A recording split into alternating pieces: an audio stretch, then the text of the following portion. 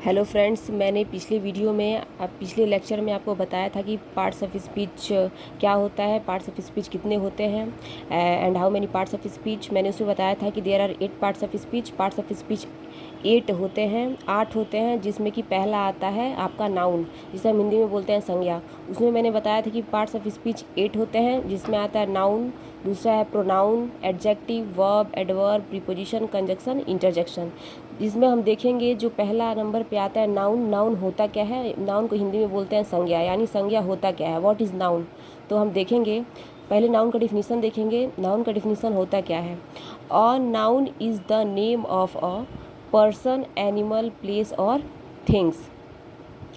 दिया है कि a noun is the name of a person, animals, place और थिंग्स। पर्सन यानी होता है व्यक्ति, किसी व्यक्ति, एनिमल्स जानवर, प्लेस स्थान या जगह, और या थिंग्स यानी वस्तुएं। किसी व्यक्ति, जानवर, प्लेस यानी स्थान या जगहों के नाम को जो है हम क्या कहते हैं? नाउन कहते हैं, यानी संज्ञा कहते हैं।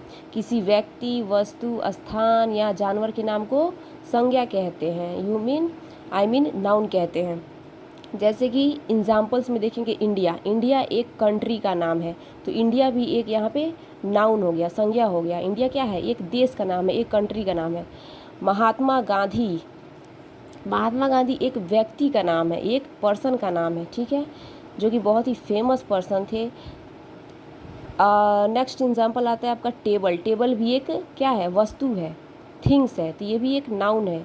चेयर भी एक थिंग है। राम एक पर्सन है, व्यक्ति है। श्याम भी एक पर्सन है, एक्सेट्रा इत्यादि। तो ये सब जो एग्जाम्पल्स मैंने लिखे हैं, ये सब क्या है? ये सब नाउन है, यानी कि संज्ञा के अंतर्गत आते हैं। नेक्स्ट आपका आता है कि नाउन कितने प्रकार के होते हैं, how many kinds of noun. कोई आपसे पूछता है how many kinds of noun, संज्ञा के प्रकार, यानी कि संज्ञा के कितने प्रकार होते हैं। There are 5 kinds of the noun. संज्ञा के 5 प्रकार होते हैं। संज्ञा कितने प्रकार के होते हैं? 5 प्रकार के होते हैं। Name them. जैसे कि प्रॉपर नाउन को हिंदी में हम बोलते हैं व्यक्तिवाचक संज्ञा। दूसरा आता है आपका कॉमन नाउन, यानी कि जातिवाचक संज्ञा। तीसरा आता है आपका कलेक्टिव नाउन, यानी कि समूहवाचक संज्ञा। चौथा आता है आपका मटेरियल नाउन, यानी कि द्रव्यवाचक संज्ञा। पांचवा आता है एब्स्ट्रैक्ट नाउन, यानी कि भाववाचक संज्ञा। तो इंग्लिश टू हिंदी मैंने यहाँ पे इसका नाम दे दिया है।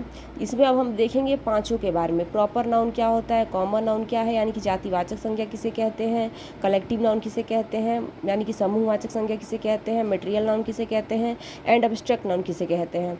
तो इसमें है कि प्रॉपर नाउन, नाम से ही पता चल रहा है, व्यक्तिवाचक संज्ञा, यानी कि व्यक्तिवाचक संज्ञा जिसे किसी खास व्यक्ति, वस्तु, स्थान का बोध होता है, उसे हम प्रॉपर नाउन कहते हैं। A noun is the name of a particular यानी होता है किसी विशेष या खास, ठीक है। ऐसे हम शॉर्टकट में यहाँ समझाते हैं, फिर एक्सप्लेन करके पांचों का डिफिनीशन बताएंगे। दूसरा है आपका कॉमन नाउन, यानी कि जातिवाचक संज्ञा। तो जातिवाचक संज्ञा क्या है? जिससे किसी भी व्यक्ति या वस्तु के जाति का बोध होता है, तो उसे हम वहाँ जातिवाचक संज्ञा कहते हैं, ठीक है। तीसरा आपका है कलेक्टिव नाउन, यानी कि समूहवाचक संज्ञा, किसी समूह का बोध हो। जिस नाउन से जहाँ किसी समूह का बोध हो, किसी ग्रुप का बोध हो रहा हो, वहाँ समूहवाचक संज्ञा हो जाएगा। चौथा है आपका मटेरियल नाउन, यानी कि द्रव्यवाचक संज्ञा। तो द्रव्यवाचक संज्ञा क्या है? जहाँ किसी द्रव्य चीज़ों का बोध हो रहा हो, जैसे कि ऐसी वस्तुएं जिसे हम माप या तौल सकते हैं, लेकिन उसे काउंट नहीं कर सकते हैं, उसे गिन नहीं सकते हैं, वहाँ आपका मटेरियल नाउन हो जाएगा। एब्स्ट्रैक्ट नाउन, लास्ट है आपका एब्स्ट्रैक्ट नाउन, यानी कि भाववाचक संज्ञा। तो भाववाचक संज्ञा जिसे कि वह संज्ञा जिससे भाव मतलब कि वह संज्ञा जिससे किसी एब्स्ट्रैक्ट नाउन वो होता है जिससे वह संज्ञा जिसे हम सिर्फ अनुभव कर सकते हैं, यानी कि केवल फील कर सकते हैं, उसे हम एब्स्ट्रैक्ट नाउन कहते हैं। जैसे अब हम इसका डिफिनीसन देखते हैं। पहला है प्रॉपर नाउन। प्रॉपर नाउन क्या है? A proper noun is the name of particular person, animal, place और thing. A proper noun is the name of a particular person, animal, place और थिंग। मैंने पहले भी आपको बताया था कि a proper noun is the name of, यानी कि व्यक्तिवाचक संज्ञा वह संज्ञा है, वह संज्ञा जिसमें किसी खास किसी पार्टिकुलर वर्ड यहाँ आ गया। तो पार्टिकुलर मतलब होता है किसी खास या विशेष, किसी विशेष व्यक्ति, विशेष जानवर, विशेष स्थान या किसी खास वस्तु का बोध हो रहा हो, वहाँ आपका क्या हो जाएगा? प्रॉपर नाउन हो जाएगा, यानी कि प्रॉपर नाउन यानी कि व्यक्तिवाचक संज्ञा हो जाएगा। जैसे कि फॉर एग्जांपल में देखेंगे मोहन, मोहन एक खास एक विशेष व्यक्ति का नाम है मोहन। राम, राम भी एक विशेष व्यक्ति का नाम है। दिल्ली एक विशेष स्थान का नाम है। पटना ये भी एक खास स्थान का नाम है। लखनऊ ये भी एक विशेष स्थान का नाम है। चेयर किसी ये एक विशेष थिंग का नाम है। टेबल ये भी टेबल क्या है, थिंग है, ETC एक्सेट्रा इत्यादि। तो ये सब क्या है, ये सब प्रॉपर नाउन्स के कुछ एग्जाम्पल हैं। ओके, नेक्स्ट देखेंगे हम कॉमन। नेक्स्ट है आपका कॉमन नाउन, यानी कि कॉमन नाउन को हिंदी में हम बोलते हैं जातिवाचक संज्ञा। जातिवाचक संज्ञा तो देखेंगे a common noun is the name given in common to every person और things of a same class type और काइंड। यानी कि वह संज्ञा, ऐसा संज्ञा जिसे किसी खास व्यक्ति या वस्तु का बोध न होकर इसको हम कह सकते हैं कि वह नाउन जिससे किसी खास व्यक्ति, जानवर, स्थान या वस्तु का बोध न होकर उसकी पूरी जाति या श्रेणी का बोध होता है, उसकी पूरी जाति या श्रेणी का बोध होता है, उसे हम जातिवाचक संज्ञा यानी कि कॉमन नाउन कहते हैं। जैसे कि फॉर एग्जांपल्स बॉय, पूरी बॉय जाति का बोध हो रहा है। Girl, teacher, doctor, country, ETC। तो ये सब क्या है, एक गर्ल यानी पूरी लड़की जाति का बोध हो रहा है। टीचर यानी पूरे अध्यापक जाति का, पूरे टीचर जाति का बोध हो रहा है यहाँ पे। डॉक्टर, कंट्री, ETC ये सब क्या है, ये सब कॉमन नाउन के कुछ एग्जाम्पल्स हैं। थर्ड आता है आपका कलेक्टिव नाउन। कलेक्टिव नाउन को हिंदी में हम बोलते हैं समूहवाचक संज्ञा। तो देखेंगे समूहवाचक संज्ञा होता क्या है।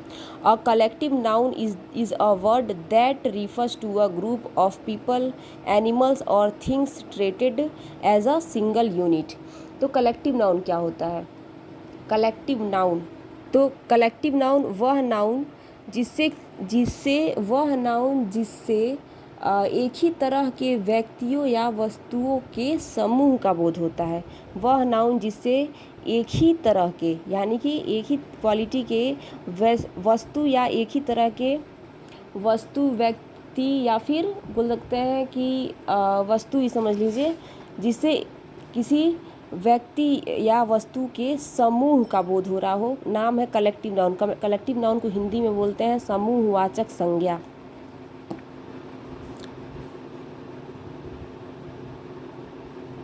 समूहवाचक, कलेक्टिव यानी समूहवाचक नाउन संज्ञा। तो जिस संज्ञा से किसी व्यक्ति या वस्तु के समूह का बोध हो रहा हो उसे हम कलेक्टिव नाउन यानी कि समूहवाचक संज्ञा कहते हैं। फॉर एग्जांपल्स क्लास यानी होता है वर्ग, ठीक है। क्लास में एक बच्चे से, एक स्टूडेंट से तो क्लास बनता नहीं है, क्लास में बहुत सारे बच्चे होंगे तभी ये क्लास बनेगा, यानी कि ये ग्रुप हो गया क्लास, ठीक है। आर्मी, सेना, फैमिली, परिवार एक सदस्य से नहीं बनता है, परिवार में बहुत सारे सदस्य होते हैं। क्राउड यानी होता है भीड़। कमिटी, कमिटी मतलब होता है समिति। मोब यानी होता है भीड़, ETC इत्यादि। तो ये सब क्या है, ये कलेक्टिव नाउन के कुछ एग्जाम्पल्स हैं। चौथा नंबर आपका आता है मटेरियल नाउन। तो मटेरियल नाउन यानी कि द्रव्यवाचक संज्ञा। A material noun is the name of material substance.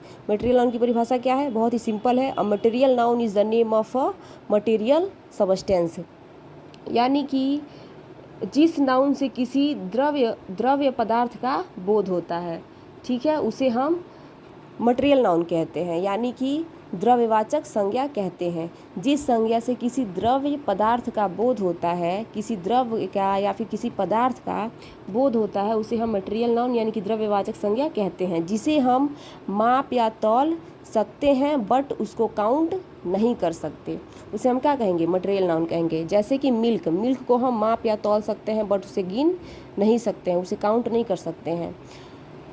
Water यानी होता है पानी। फ्लोर यानी होता है आटा। टी मतलब होता है चाय। राइस यानी चावल। वीट मतलब गेहूँ, ETC। ये वीट और राइस ये सब क्या है, ये जो भी एग्जाम्पल्स दिए गए हैं इसको हम माप या तौल तो सकते हैं लेकिन बट उसे हम गिन नहीं सकते हैं, काउंट नहीं कर सकते हैं, इसे हम मटेरियल नाउन कहते हैं। लास्ट आपका आता है एब्स्ट्रैक्ट नाउन। एब्स्ट्रैक्ट नाउन किसे कहते हैं। एब्स्ट्रैक्ट नाउन को हिंदी में बोलते हैं भाववाचक संज्ञा।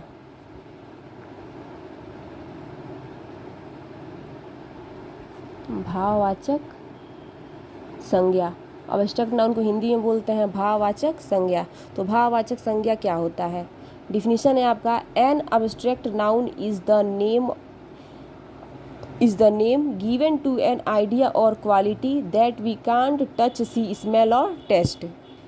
तो अब्स्ट्रैक्ट नाउन का परिभाषा है आपका, an abstract noun is the name given to an idea और quality that we can't touch, see, smell और टेस्ट। यानी कि वह नाउन जिसे देख या छू नहीं सकते हैं, सिर्फ अनुभव कर सकते हैं। वह संज्ञा जिसे हम देख या छू नहीं सकते हैं, उसे देख भी नहीं सकते हैं, छू भी नहीं सकते हैं, ठीक है। That we can't touch, see, smell और टेस्ट, जिसे हम टच छू नहीं सकते हैं, सी देख भी नहीं सकते हैं, स्मेल यानी कि सूंघ भी नहीं सकते हैं और टेस्ट भी नहीं कर सकते हैं, उस नाउन को हम बोलते हैं एब्स्ट्रैक्ट नाउन। यानी कि वह संज्ञा जिसे हम देख या छू नहीं सकते हैं, सिर्फ उसे अनुभव कर सकते हैं, सिर्फ उसे फील कर सकते हैं, उसे हम एब्स्ट्रैक्ट नाउन कहते हैं, यानी कि भाववाचक संज्ञा कहते हैं। फॉर एग्जांपल गुडनेस, गुडनेस मतलब होता है अच्छाई, काइंडनेस, काइंडनेस यानी होता है दयालुता, दयालु, या फिर हीट मतलब होता है गर्म। गुडनेस, किसी की अच्छाई जो है आप देख नहीं सकते हैं, छू भी नहीं सकते हैं, सिर्फ उसको क्या कर सकते हैं, महसूस कर सकते हैं कि हाँ ये व्यक्ति हमारे प्रति अच्छा है या बुरा है। काइंडनेस, किसी की दयालुता, दयालुता सिर्फ अनुभव कर सकते हैं। हीट, गर्म, गर्मी को हम देख नहीं सकते हैं, सिर्फ उसे अनुभव कर सकते हैं कि हाँ ये चीज़ क्या है, गर्म है, या फिर यहाँ पे क्या है, गर्मी है। ग्रेटनेस यानी कि महानता, ये भी क्या है, इसे हम अनुभव कर सकते हैं, फील कर सकते हैं, इसे देख नहीं सकते हैं। लव, लव यानी होता है प्यार, यानी कि प्रेम जो है हम सिर्फ अनुभव कर सकते हैं, उसे देख या छू नहीं सकते हैं। हेट, नफरत, किसी के प्रति नफरत है आपके मन में तो उसे देख नहीं सकते हैं, सिर्फ आप अंदर अंदर फील कर सकते हैं कि हाँ मुझे इसके प्रति नफरत है, एक्सेट्रा इटीसी। तो ये सब चीज़ें क्या हैं, ये एग्जांपल्स जो हैं ये एब्स्ट्रैक्ट नाउन के एग्जांपल्स हैं। सो ये रहे नाउन और नाउन के काइंड्स और काइंड्स के बारे में कुछ जानकारी, उसके उनके डिफिनीशंस जो कि बहुत इंपॉर्टेंट है पार्ट्स ऑफ स्पीच में। इसके आगे जो है हम नेक्स्ट वीडियो में लेके आएंगे कि मॉडर्न क्लासिफिकेशन के हिसाब से नाउन कितने प्रकार के होते हैं। मॉडर्न क्लासिफिकेशन के हिसाब से नाउन 3 प्रकार के होते हैं, 3 टाइप के होते हैं, यानी कि proper noun, countable noun, uncountable noun. उसके बारे में हम नेक्स्ट लेक्चर में आपको बताएंगे। तब तक के लिए धन्यवाद।